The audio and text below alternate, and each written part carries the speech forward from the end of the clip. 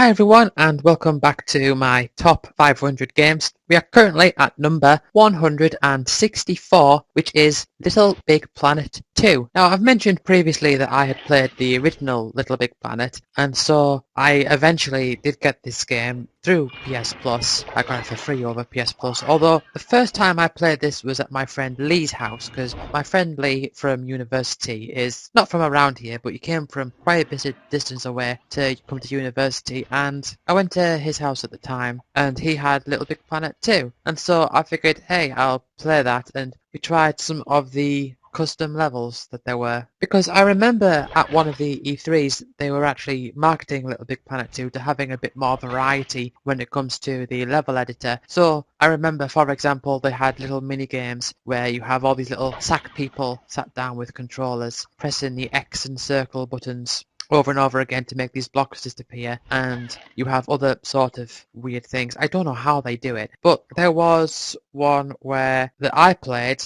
at Lee's house, which was a Plants vs Zombies level. So it was just like Plants vs Zombies, apart from with obvious Little Big Planet graphics, and it was strange, and I don't know how they did it. But I eventually got this game for myself over PS Plus. I got it for free, and I really liked it. It follows a lot of the same core concepts as the original Little Big Planet, so there really isn't too much to describe. It still has that multiplayer, mixing competitive and cooperative play. It still has the same physics and everything. But what I really liked about this game in particular was the different gadgets that you could get. For example, on the tutorial level, you could get this grappling hook, and I loved the grappling hook. It was so fun to be able to like jump down a pit and then use the grappling hook to grab onto this piece of fabric and then use that to swing around so that you could then fly up to get to this new area. It was so good. I really liked that. And similar to the first one, yet again I didn't complete the main story or anything, but I still had a lot of fun with it, and as far as I got, I did have fun with it. Though I remember I got to one point where I seemed to get stuck. It was like this train level and I couldn't seem to get out anywhere.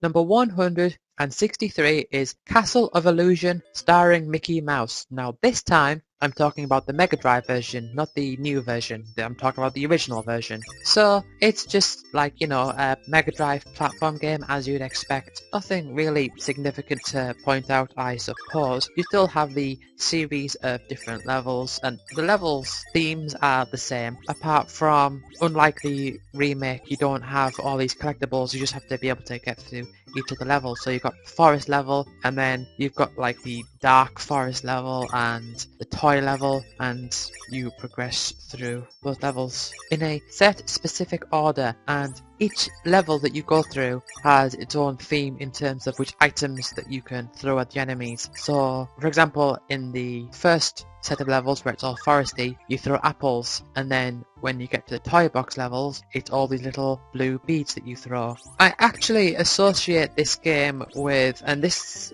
I don't really understand fully the connection here, but I kind of associate this game with my Auntie Beatrice, because I remember there was one time where I was playing this game and we went to my Auntie Beatrice's house, and this is my auntie on my dad's side, as in my dad's auntie. I don't mean like a parent's sister, I mean like a parent's auntie, so it's like a great auntie I suppose, but I just say auntie. We all just said auntie. But yeah, I have a specific memory of sitting in her garden and looking at the flowers, and then I was thinking about the flower enemies and such in Castle of Illusion. So whenever I think of Castle of Illusion now, one of the things I think about is sitting in that garden and looking at the flowers. But I don't remember how I got this game or why I got this game or anything. I just remember that I did get it. I remember I used to play this game with my friend Matthew, who he used to go through this phase where he was really into drawing stuff, and so there was one time where he wanted to draw the first boss of the game, the tree stump that falls out of the tree, and he asked me to pause the game whilst you could see the tree stump's face, because like the tree stump fell out of the tree, then it rolled around,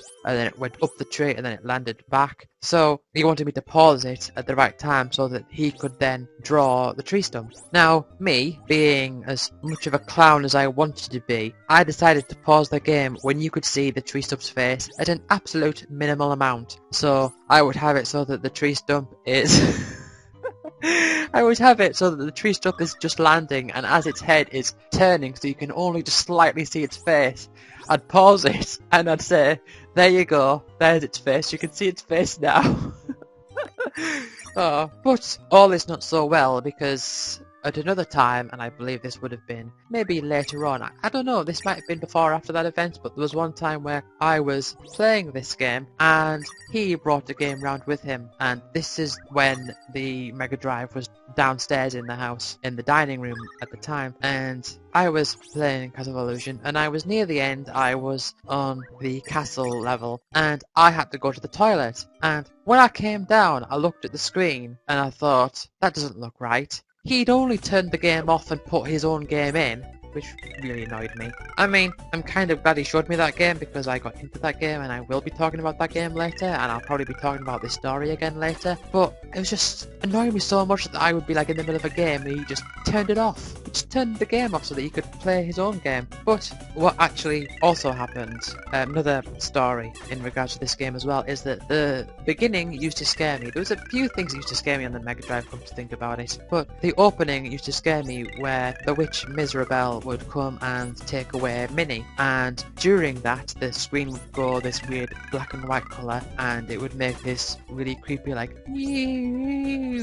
noise, and that used to scare me as a kid. I really felt rather uncomfortable with that. But there was one time where my parents had gone to bed, and or it may have just been my mum, I don't remember if my parents had split up at this point, but either way I was the only one awake in the house and I was downstairs playing on my Mega Drive.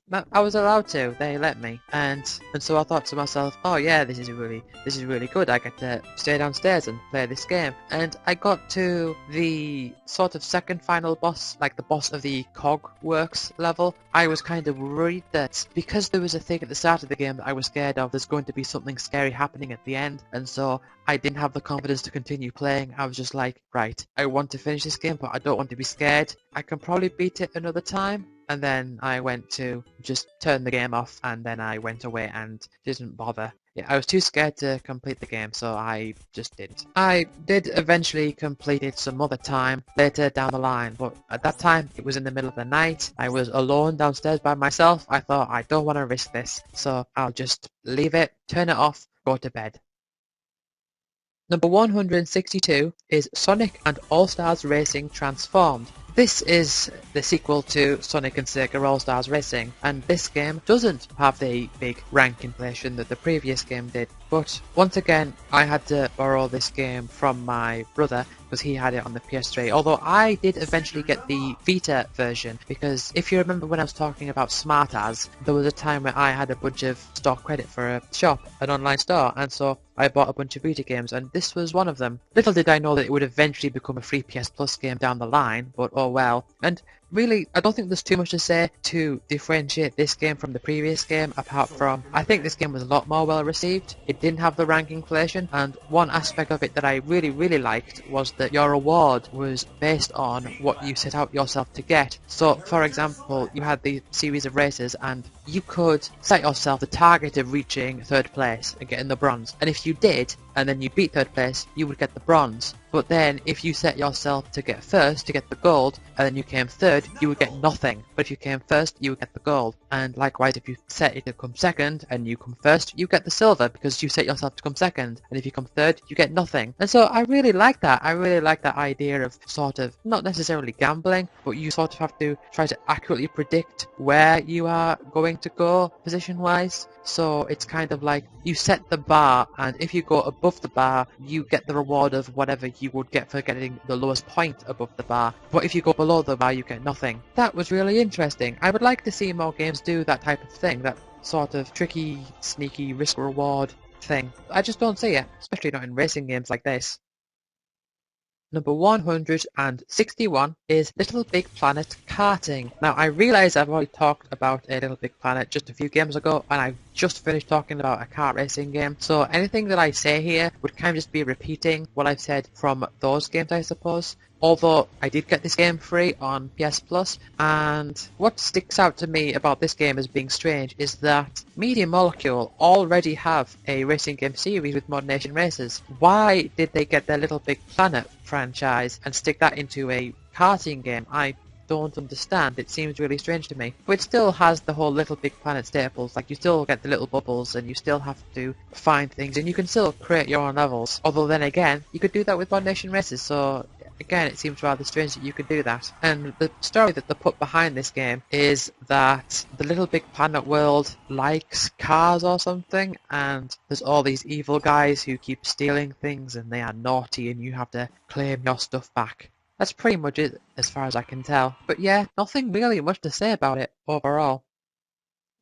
Number 160 is Shining Force 2. This is a Mega Drive game that I did not play on the Mega Drive. I played this originally only a slight bit on an emulator, but mostly I played this game on the Sega Mega Drive collection on the PS3. The best way I can describe this is that it's sort of what would normally be called a tactical RPG, and I take big issue with that terminology because I would say grid-based RPG, because I honestly think it's a misnomer to call these games tactical, because seriously, RPGs, if they're turn-based, they are tactics-based. If just because you're walking around on a grid and you're positioning things, that doesn't necessarily mean there's more strategy to it or more tactics to it, although I suppose they do get called strategy RPGs, and I don't get why that would be, because if you have a turn-based RPG, just with, you know, random battles and clippable characters and stuff, you are still employing tactics, you're still using strategy to get through those games, so I don't like that terminology. But regardless, this is a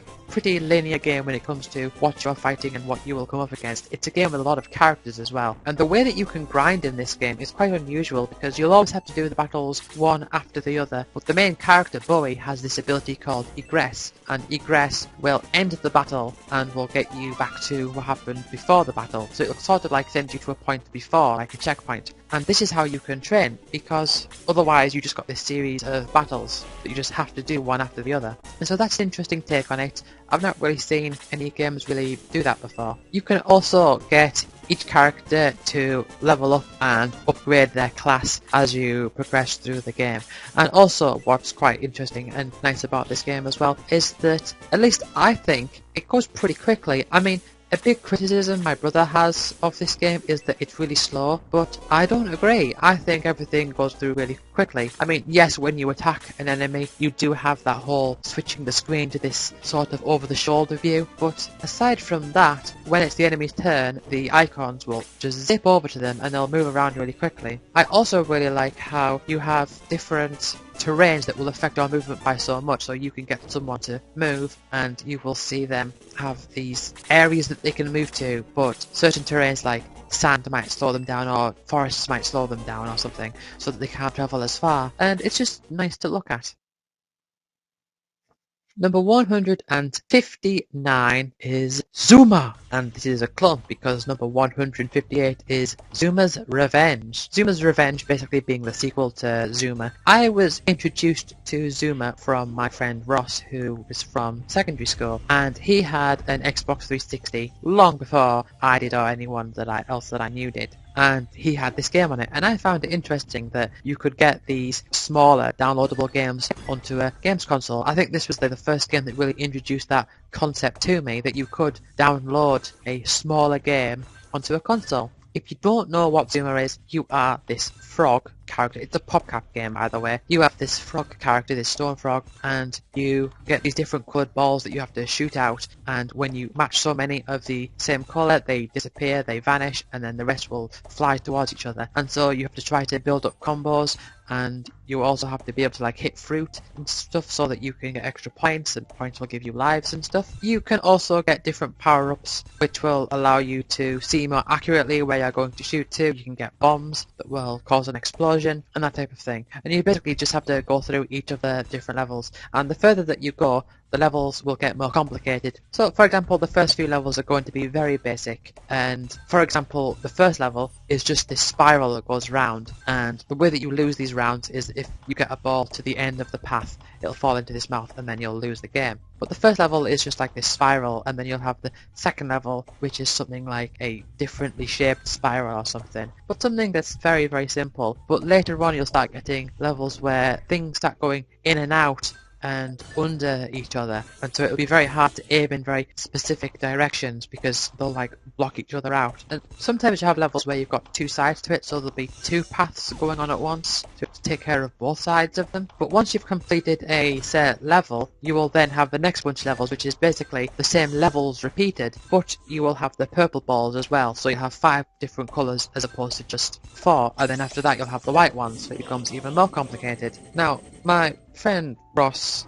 also at one point started writing a song about Zuma. It was a stupid song, but it made me laugh. It was just making up as he goes along, singing about what it's like to be a Zuma. It was stupid. But Zuma's Revenge, I did get on Steam for cheap, but I didn't really play the Steam version much, but I did play the PS3 version a lot more, and the way that this one works is much more of a modernized type game, where you'll have a series of levels, each with their own set of challenges and stuff, and as you complete goals, you will get this resource which will allow you to level up these different animals. So you'll have these 4 different animals and you can put points into them, and doing so will level them up to the next stage. And you might have one, for example, which increases the speed of your ball, or you might have one that increases the percentage chance of finding a power-up, and you can sort of respec these animals as you go on, and the more that you level them up, the more points it takes to level them up. So you might say level up the monkey so high, and then there's the bird, you